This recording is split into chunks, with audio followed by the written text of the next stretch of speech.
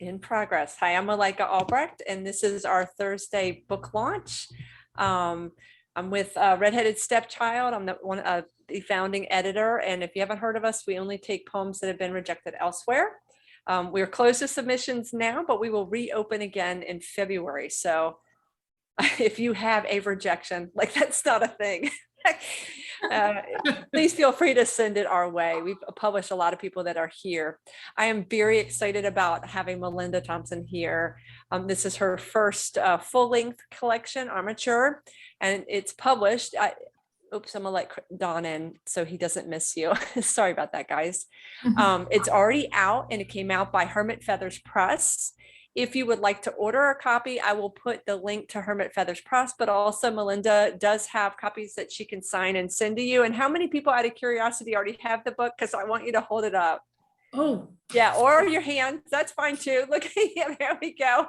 Thanks. And it's going to be awesome. It's going to be under the Christmas tree for James. Don't tell him. Don't let him watch this.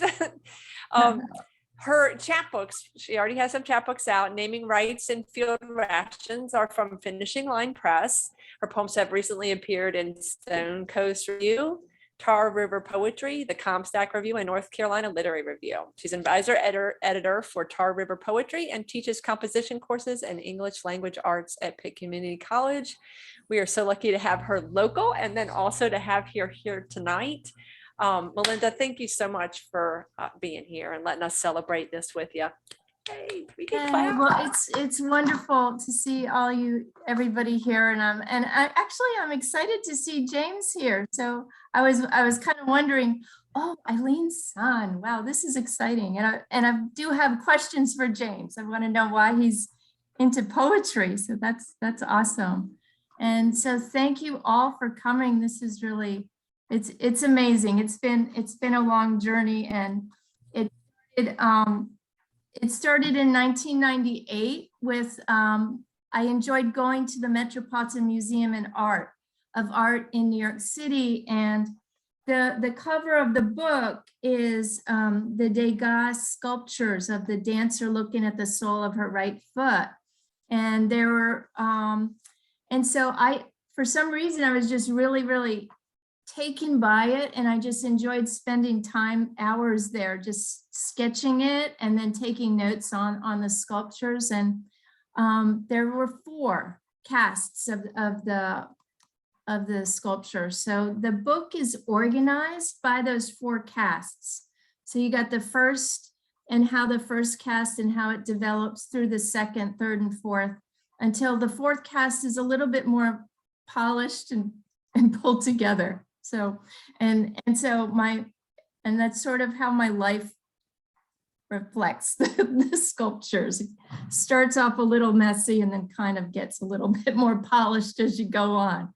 So, so I'm going to read some poems, just some poems from the beginning section, the second section, the third, and when we get to the 3rd section, I'm going to show you the sculpture itself, and I'll show you some of the sculptures, some of the art that inspires some of the poems. So there's about 4 photos I'll show during the reading. So the first poem is called, and it's a favorite of mine. I spent a lot of time up in Michigan with visiting friends in the summer. So I love this poem, and it kind of sets up the book too. So it's called The Mink and Bullfrogs of Leelanau, Michigan. Bullfrog sounds a hoarse bark, like a child strumming the rubber bands on his homemade cardboard guitar. But it must sound different to the frog to my right, hiding within the cattails, for it answers the scratching twang with a yuck, yuck, yuck, as their parley continues on. A grasshopper flutters and falls to a stone near my feet, unaware of the danger in being so close to now silent frogs. Later, the smaller mink frogs sit in the muck that edges the shore, with mouths waiting for dragonflies to skim the water. For mouths open and close, leaving just half rings of water. Frogs sit for hours in their little compartment. Open up, the therapist said. Don't get cramped inside a box. But creatures dwarfed by the universe see only the insects flying into their mouths. A seagull caws a half-mile off, jet skis round a distant shoreline. My friend's cottage with its screen door creaks open. A mouse rummages through grass, invisible as frogs, and I am so still that a spider drops its threads across my shoulder and down my arm. So I'm going to turn to page, the next page, page 11. Okay. And this one's called Tempura. My first painting was from a photo of myself wearing a plaid dress, sitting in a rocking chair, reaching out to pick up a toy as I looked to the camera. When I painted, each dab of brown and black made a square, and each mark said, "This was me at 4. The age I realized, all I knew was fear. As I moved to paint, my eyes, their steely gaze, shone like that of a squirrel eating sunflower seeds, one after another, in a focused binge until scared into running." Okay. On page 12, there's this poem called The Paint Chip Poem by Benjamin Moore. And I keep my paint chips handy because it's really cool, especially if you don't, if you're not sure what you want to write, you just grab one of these from Benjamin Moore and you can use the vocabulary. And I'll give you a hint. Go with gray colors or neutral colors. Don't pick a pink. Okay, the pink is just like these crazy names and it's impossible to make a decent poem out of them. So I would just avoid the pinks. Benjamin, sorry, Paint Chip Poem by Benjamin Moore, 1597 to 1603. And that refers the paint colors themselves. Okay, so. Peace lives where waves smooth glass, rocks, bricks, and even wooden shards into rounds on a Normandy beach. It may appear amidst the clatter of flint stones being constantly tossed, or at Silver Lake, Michigan, where dunes surround waters pulsing with walleyes, bass, northern pike, and bluegills, or near a seaside marina, sleepy gray in the North Cove of Lower Manhattan. It may quietly encroach upon the timber wolf's watch deep in Minnesota forests, or one day be in your own home by the hearthstone, trying to warm the daily gunmetal cold with the hiss of radiator heat. Or it could fall from a few graphite lines across yellow lined pads of paper when you write it. You can write out each scream in words like Pebble Beach, Silver Lake, Marina Gray, Timberwolf, Hearthstone, gunmetal, and graphite. For you will find them lined up in rows, reflecting every color of paint that can be mixed. Roll them up and down over all the walls of your peeling apartment, and don't stop until your back aches with muscle strain, or you brighten to the pull of the sea. I'm a real big Elizabeth Bishop fan, so it's nice. So that's where that "Write It" comes from. It's from her, the art of the one art poem, The Art of Losing. Okay. So this poem, this is the end of the first section of the book, and it's Echeveria. It's a poem that was a finalist for the North Carolina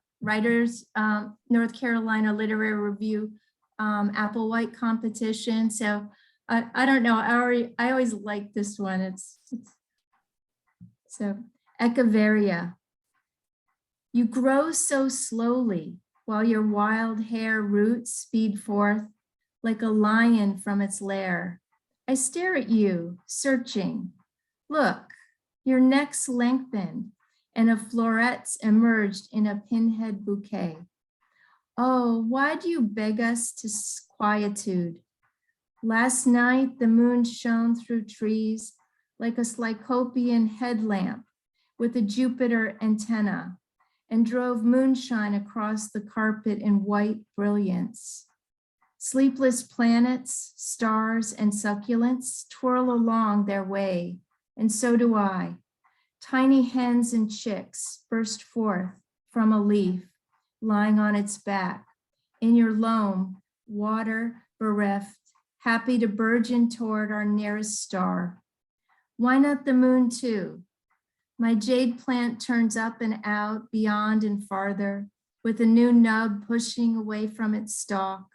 Why can't I do more than fret? Share your chlorophyll secrets with me, so I can drink of the stars with you. I talk to my plants.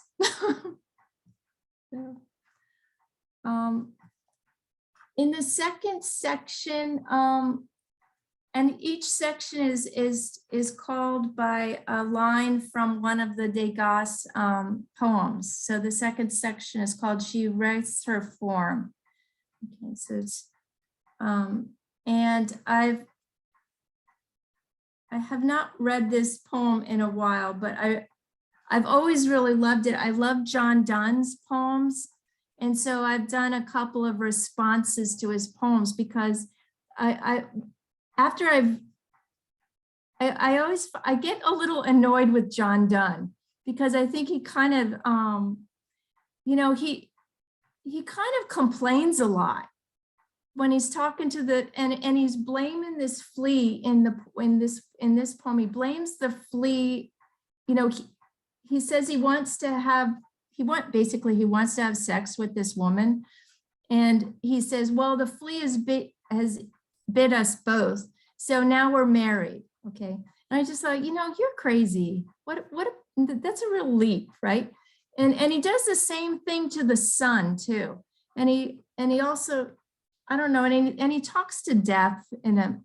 So anyway, I write some response poems to him just because he's not here to stop me.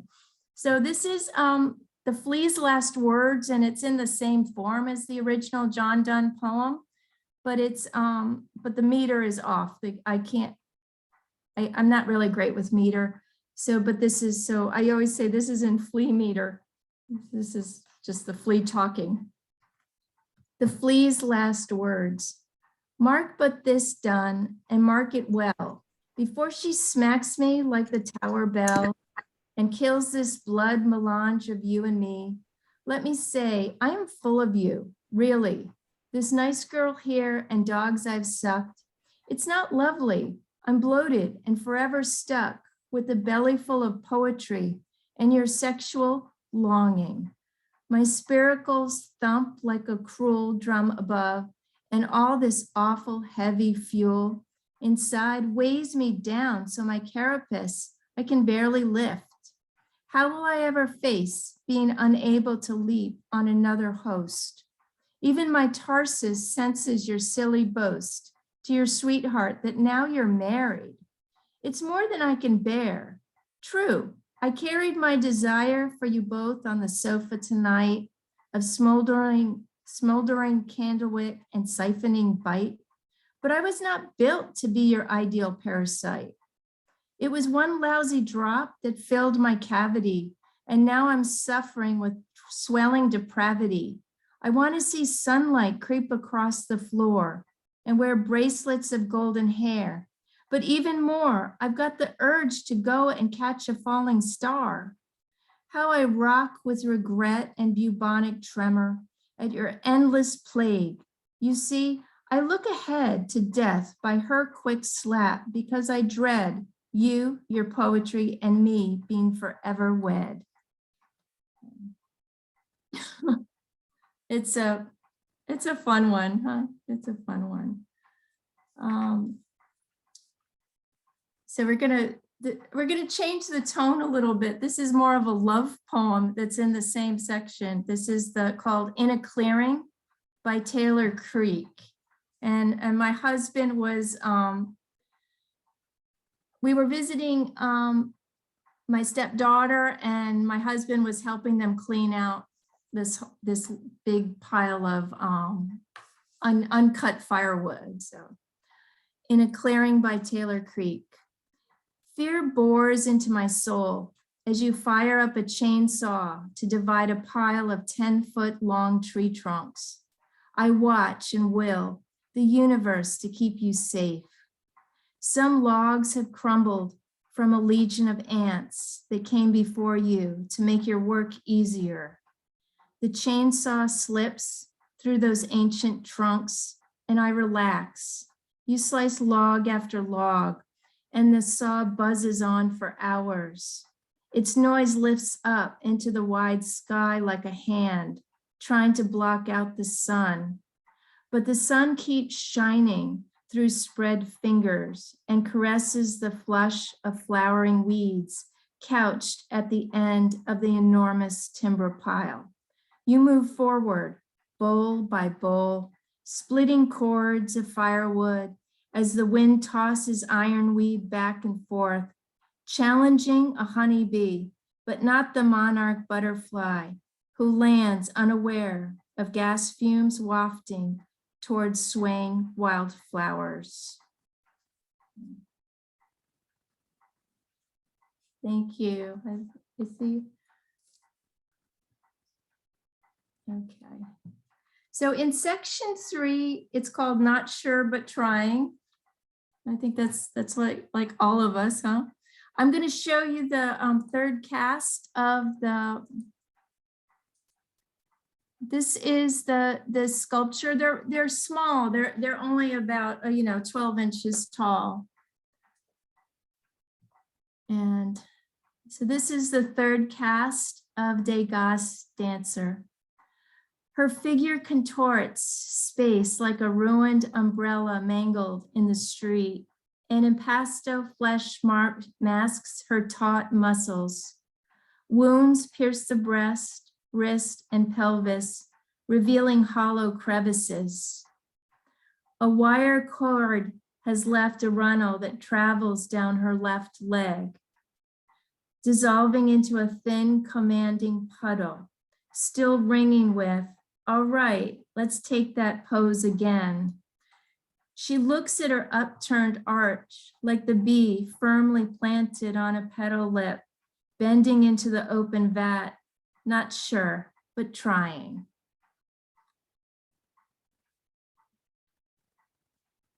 So the poem, we'll stop that share a second, okay. The poem, the next poem that's on the facing page is called Flight. And it's a shorter poem because I knew some of my students might be here and I wanted to read a little bit of a shorter poem. And these are about 2 bald eagles. It's called Flight. 2 bald eagles link talons above Highway 17 and flip over and over like a plastic grocery bag, drifting downward, or some misshapen gear dropped by an airplane. I can identify the mundane, not miracles.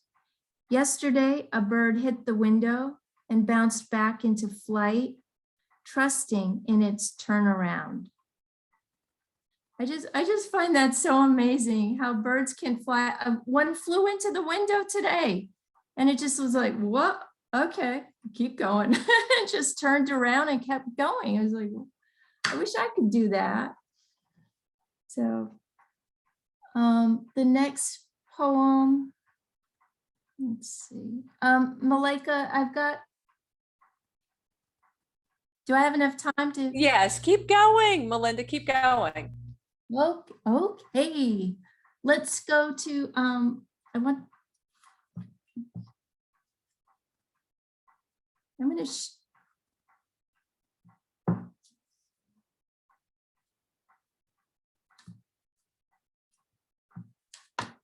okay, this one, this one is another, it's on page 58. It's called The Horse Galloping on Right Foot.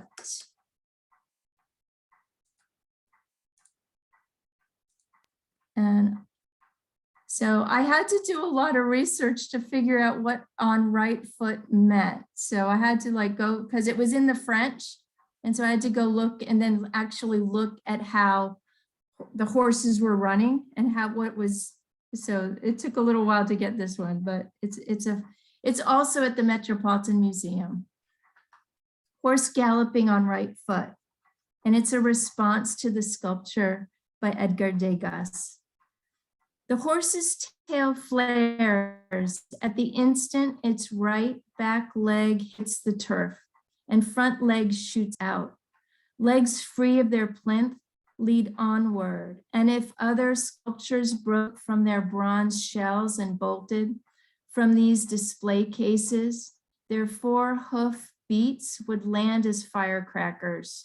Left hind, left front, right front, with burnished flanks propelling them as if remnants of their maker still squeezed their sinews, and the waxy streaks of finger-pressed plastiline across the horse's left shank coaxed them to soar. Extensor muscles pulse as layered dabs. Smudges define the ribs and withers, and 2 dimples say eyes. With ears tipping forward and nostrils widening, the maquettes move because of their skeletons, bent, snipped, knotted, and coiled metal forms, the figures hardwired for eternal galloping. And this too, you know, it echoes back to the title of the book and what's in the armature of these sculptures, and how if your armature isn't correct, you never get your horse looking right. So that's okay.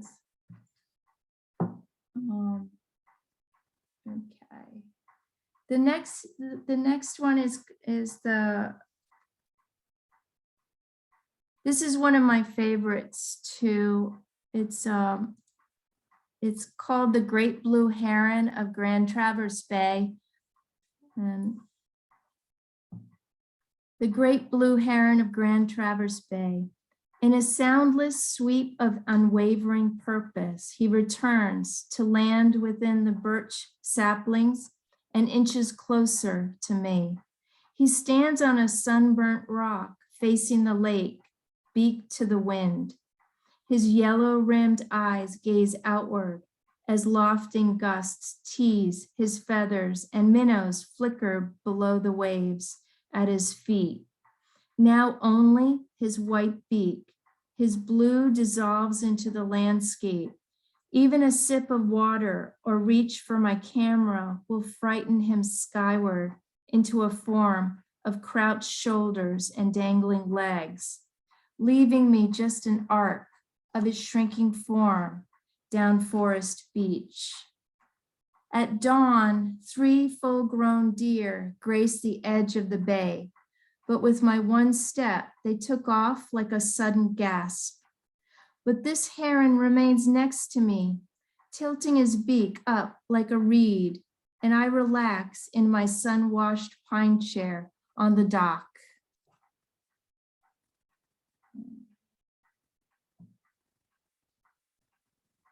Okay, I've got 3 more, and this on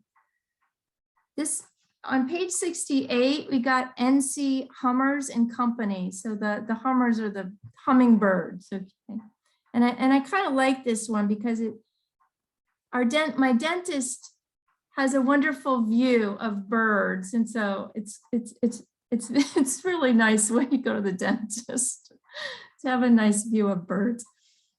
NC Hummers and Company. A ruby-throated hummingbird hovers over red geraniums, then dawdles over a cotton floral nightgown. Next, she burrs toward the vibrant wind chime nailed to the porch, rises straight up, trailing her whirring behind her, and moves backward amidst the tulip trees. I patiently hope for her return by fluffing up whatever sweet karma I can. If that doesn't work, I will post a nectar-filled feeder on our porch and practice my will to attract, like that pinched waist glass feeder hanging outside the dentist office. I watch more ruby-throated hummers dart about at the speed of the drill. As my blood soaks yet another cotton dental roll, these fairies distract me from teeth scaling. Suddenly, a charm of goldfinches arrives and dangles upside down to cull seeds from their stations. Between swishes and spits, I plan to strap on a propeller, floss melee from my molars and flash sheen. Okay, I'm gonna, on page 74, this book took a long time to compile. So every time I say, this is my favorite poem, well, it's like it's got my favorite poems in here. So it took a while to get them all together, but this is called What the Weeds Know. And it's from I Am Going to Sleep by Alfonsina Torney. And I did, I think it depends upon your translation, but I did look, this seems to be, the first stanza here is from her poem, and then my poem jumps off it. So this is called What the Weeds Know. Teeth of flowers, hair of dew, hands of grasses, my fine nurses make the sheets of earth ready for me. And so the eastern gamma and barnyard grass have grown to heights of 4 feet around the steps and windows to the old factory, drawing their life from the black swampy waters, the color of oil sludge near the Hackensack River, below the Belleville Turnpike. From my Amtrak window, I can see this swamp full of smartweeds where 2 white cranes stand in tepid waters, each with 1 foot folded under its feathers, perfectly content beneath the shield of the high voltage metal giants standing in rows above them. They are the intrepid ones, these birds standing amongst reeds that force themselves up through the mortar, bricks, iron, and glass we have thrown upon ourselves. For isn't the yellow sweet clover sprouting through a crack in concrete a miracle of strength? These things keep growing through our muck, factories we leave unkempt, trucks abandoned near railway beds, bed springs rusting in tangled fingers of weeds. Their appetites devour whatever we've done, and the earth can come reclaim its lost.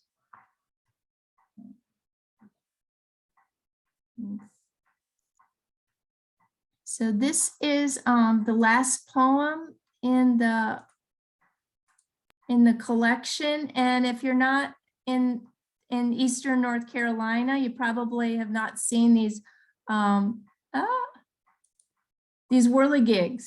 This is by Wallace Simpson, and a lot of the whirligigs are very reflective at night because he uses like old street signs and the reflection as pieces of the whirligig. So we're actually, Hunt and I are actually going to go out there. We plan to go out there tomorrow night to kind of take a look at them in the evening time. So, and then, so this is called Whirligig Park in Wilson, North Carolina. I come from a nearby town whose herons sport feathers of golf club handles and clipper beaks, flash shadows on the walls. But here, looking up at all these odd parts forged into metal marionettes with no strings or motors, I see they leave it to the wind. A cloud-laden morning moves in, and 50 feet above, a front propeller turns and two farmers quickly cut a metal log. Their saw's teeth drag across the tree as if their first stroke, and behind them a dog sits, whose tail wags at each cut. It seems the earth begs us to twirl, even if our spirits have been sapped to rust, even if our most dead selves dwell in squeaking.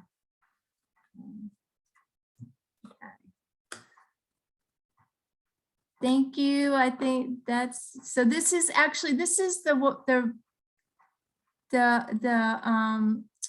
whirligig that inspired that poem. There's the little dog and there's the log, and there the guys are cutting the log. So kind of fun. So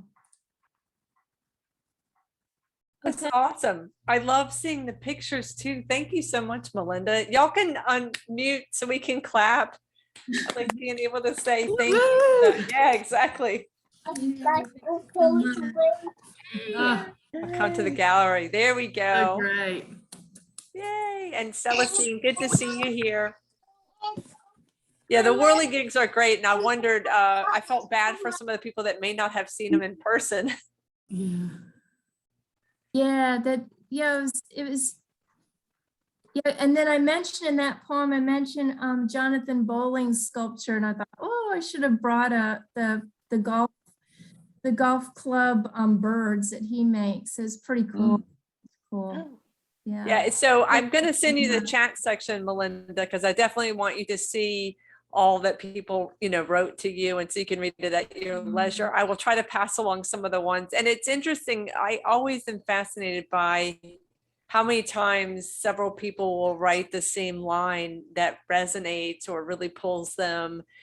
So we had quite a few times that happened here too. What the Weeds Know. A lot of people like that title. The Charm of Goldfinches, Trailing Her Whirring Behind Her. These are just some of the highlights that are in there. I also appreciate that you talked some about the process. So we're opening it up for questions. And so feel free to unmute and ask Melinda, since we have her here, anything you would like about her process. A lot of people said they like the paint chip poem, by the way, the prompt. And yeah, so there's quite a lot of comments about that. Yeah, this one. Yeah, it was amazing. It's really, if you're stuck, it's just like, or if you just, I mean, I know a lot of people here write poems too. And I have to be like, I can't be too happy and I can't be too sad, right? I need to be somewhere in the middle. I need to be like Goldilocks to get to write. So this is a way, if you're not in the Goldilocks moment, this is a way to do it, just kind of do this. And also ekphrastic poetry is really writing from art can kind of either it can jumpstart your process, or if you feel like you've got a good poem, but it's just something's not there. And then you go to a piece of art and you can pull that in and do it. So, but the other thing I've learned over the years doing all this is that sometimes your poem is not finished because you haven't lived the experience yet. You haven't met the experience it finishes off. So I think we have to be patient with ourselves and think, oh, I'm such a bad poet because I can't get anything published with it. Well, it's probably because you haven't lived it yet, so. And we were just talking about cats that interrupt poetry. And Paul, you had a quote. I actually think the quote that you said earlier fit kind of what Melinda was talking about. Yeah, I just posted it. Oh, good. That's what I was just thinking. Yes. Will you read it? yeah. Well, only if I don't have to pronounce. I was going to ask you that. Csikszentmihalyi. So Mihaly, Csikszentmihalyi is a psychologist that did a lot of study on creativity and flow. And he says, flow occurs in the delicate space between boredom and anxiety. Oh, But he has books and books, Wow. books about. His famous book is Flow. Yeah, But no, I love that. And He it studied made me, creative people for decades. Yeah. wow. Yeah. I love how that kind of touches on the same thing that you were saying, Melinda, not to, to just Exactly. write the Goldilocks, that The that Goldilocks, delicate that balance, delicate- that delicate space.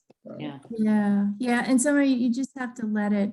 I mean, like Ada Limon, I don't know if you're familiar Yeah. with poetry, but her Oh, yeah. poetry is just, she's like, I think she's the queen of flow. Like she'll start at one place and then it's like a river going down until the end. And she's just wonderful. So anytime I see poets, read poets like that, I think, okay, let me try, keep working at it. So, I love something about you that I'm going to mention here. You are always teaching and giving out like ideas. I think that's very lovely. I think it's in your nature to say, well, if you need a prompt or things like that. But coming back to, specifically your process, I know this was a long time in coming, and the pieces, you worked on putting them together and choosing the poems. And I did also want to point out that Kim said, really enjoyed the poems, Melinda, and your love of the work is infectious. But so Thank could you you. talk a little bit more about this process of getting your full length together? Okay, it started, I found, it was like in 2013, I started putting the full length together. This full length had 3 different titles, maybe 4 different titles, because I wasn't sure what to call it. And then so it was getting rejected.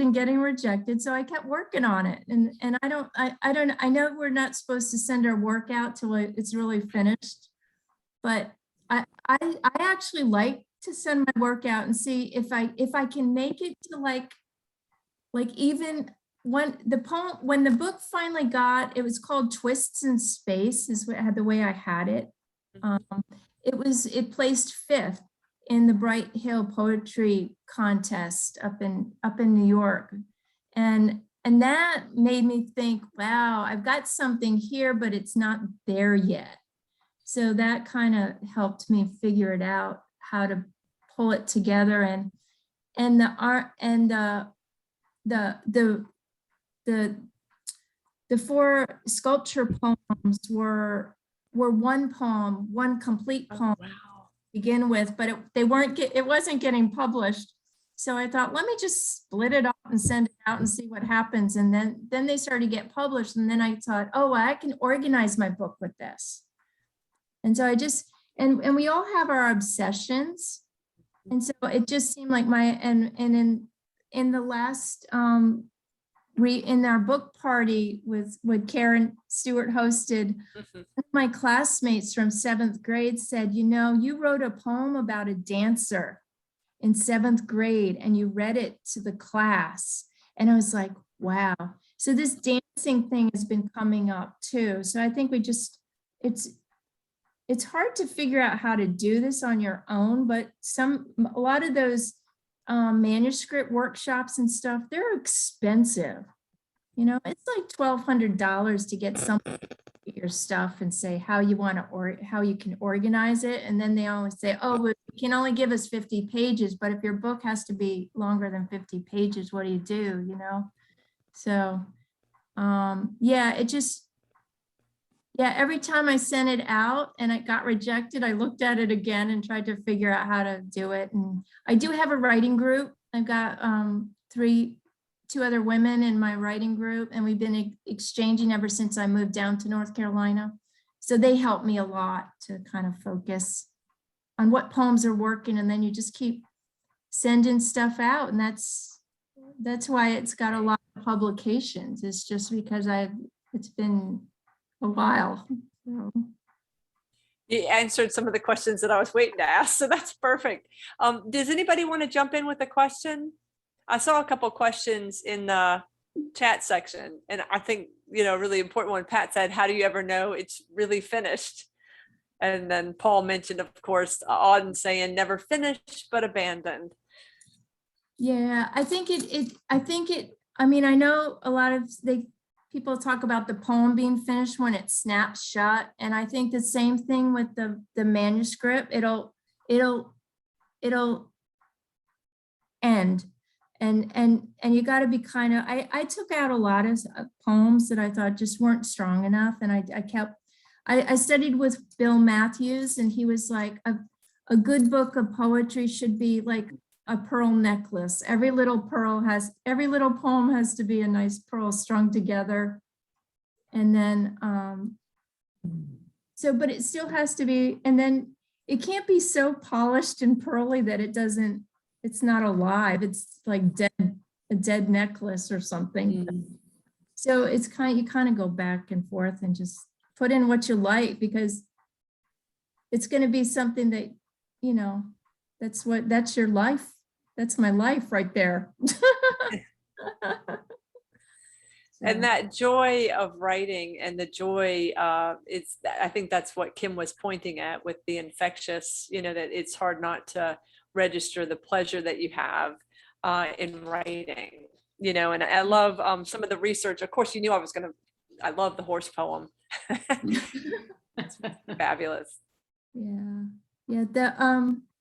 I mean, I need to write. I mean, I'd started out as therapy, and I know for some of you have heard my Richard Wilbur poem. I sent poems to Richard Wilbur, and he wrote me back, and he said, "These poems are really bad indeed." He said it in my iambic pentameter, and I was like, "Oh my God."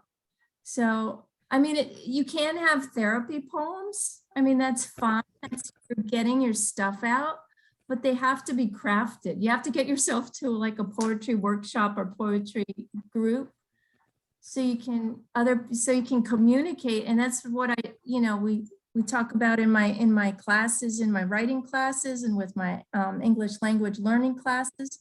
You have to be able to communicate your story to other people, and so it can't be all therapy, but that's mostly what drives me, and why I like the nature. I like the birds, and they seem to get it. The birds really seem to have it together. They're very happy being birds, and we're not. We have our moments. Yeah, I like the recurring images and how nature, how you talk about. I love the painterly kind of eye, the picturesque way you have of showing us images like that. It's lovely. All right, if there's no more questions, we will move on to open mic. I do have Christy, Pat, Kim, and Paul. If I missed anybody, please let me know, because I'm known to occasionally make that mistake. Does anybody have another question for Melinda? Thank you for organizing the pictures so that we could experience what you were looking at. That was lovely. Oh, thank you. Thank you. Thanks, everyone. Thanks for coming. It's great. It's awesome. All right, so I'm going to come to you, Christy. And if anybody does not want to be recorded while you're reading, please let me know and I will pause the recording. Okay, so once I get used to my big fat head being in the middle of my screen, I'm going to read a poem from my upcoming chapbook that's titled Finding Her, and it will be out in August of 2022. And I felt like reading about daddies and daughters tonight. So this is called Glitz at the Gym. Walking away from my workout, I'm paused mid-corridor as a budding ballerina pirouettes her exit from dance class. She sports a black leotard, white stocking feet, and bejeweled tennis shoes. Her chauffeur is wearing landscaping gloves and a ball cap, sunglasses resting on the bill. The pastel pink Hello Kitty knapsack slung over his right shoulder complements a plain black tee stretched across his chiseled frame. In his left hand, a hot pink Barbie lunch tote answers the glitter teetering on the tip of his nose. Thank you. Thank you. Oh, we got a dancing theme. I hope that continues. That was awesome, Christy. Really looking forward to your book. All right, I'm heading to you, Pat. Let me come find you. Oh, there you are. Here, Give me a I'm sec. here. Thank you. It always helps if you say something because then I can go, okay, I see where you are. Yep, I'm here. Perfect. Thank you. I'm going to read a poem from this my book that was released in October, When There Were Horses. And it's been a really cold, rainy day here in the mountains. So I thought maybe I'd warm up a little bit tonight. The poem is titled Desire. We were walking through Georgetown, back to my car after dinner, when a man called out to you, "Senator, flowers for your lady?" You shook your head as we walked faster, laughing. I wanted you to buy me the flowers, but you were no senator, and I was not your lady. We had spent hours wandering side streets, reading menus, saying we didn't care what we ate. True enough, we just needed something to keep ourselves upright and separated. Swallowing steaming mussels, dripping butter, salty, sweet as afternoon kisses. It's a spicy girl. That's awesome. Thank you. Oh, That's my warm up for the night. I love it. Oh, that's awesome. Thank you, Pat. And congratulations on the book. We've got a lot of people that we get to celebrate. I'm loving it. Karen, you're next. I'm coming to you, Kim, now for the read, but Karen, your book is next. We're gonna start working on that. Hi, Kim. Make sure you unmute. Yes, can you hear me now? Okay, good. Just fabulous to be with you all. I have to go to another event at 8, so I have a short little one to share, and I appreciate being with you so much. Don't look straight at it. I want to write gratitude, but keep veering back to all those knockouts sprawled on the mat, heart akimbo. Don't look straight at it. The Pleiades shimmer, 7 sisters circling a question, trailing the night sky, clear and bright, if you veer your eyes. Goodness is quiet, dressed in work-stained clothes, carrying a handmade box of hand-me-down tools for whatever needs fixed. Oh, lovely. Thanks, Thank you you all. so much. I love the way you start with don't look straight at it and have that thread through. That is lovely. Glad you were here, Kim. Heading to Paul. Speaking of books coming out. Yay. Give me 1 second, Paul. Okay. There we go. Okay, so that's the book, but this poem is not from the book. It's just out in the Dead Mule School of Southern Literature, which is right down near Umaleka. Of a Marriage. My daddy came from Cheerwine. My mama came from Sundrop. That's about the distance between liver pudding and liver mush. From a red tinge in the Q sauce to the clarity of vinegar. From pork butt to whole hog. From just slaw to coleslaw. From Hellman's mayo to Duke's. From BC powders to goodies. From red eye to chocolate gravy. From bacon grease to butter. From possum to opossum. From eating possum and yams to eating chitlins and gray sauce. All fall or just at Thanksgiving. But at Christmas, only one present could be opened before midnight, before church service, before morning, or there would be consequences. On that they agreed. My daddy was a rooster, but my mama was an owl. She took her coffee black and in bed. He cooked his eggs sunny side up. She ate everything with a spoon, and he thought she hung the moon. Oh, I absolutely love that. Thank you. That was just awesome. I love that. And you said that was just published in Dead Mule? Good. Are you muted? Unmute, because I want to hear what you're saying. Ask. Can unmute? Paul, unmute so I can hear it. Oh, I'm There you sorry. go. I thought I There just you- unmuted myself. Yes, it just came out this week. It's their 25th anniversary or something. And so there's a bunch of new work in there. All of it that I've seen so far is good. So That's gorgeous. That's wonderful. it's Thank a you, fun Paul. place. Thank you. Yeah. Thank you, guys. Betty, I'm coming to you. Give me just 1 second. Okay, I found you. Okay, hi, everybody. Hi from Florida. It's 72 here. And I know it's freezing up there because I always check the temperature in North Carolina all over. Okay, this poem is called Fall Blessings. We don't have much seasonal change in Florida, but a Zoom trip to Tennessee today displayed the magic blend of yellow, green, red, and gold. Pots of primary colors drip down from heaven to falling leaves. As autumn days unfold, Thanksgiving brings a time to reflect and remember all the many people in my life I'm grateful for. I stand them all up into a pumpkin pie shell, blow on it to gently bake, and give it a good dose of whipped cream. You all look wonderful with white hair and cute faces looking up at me.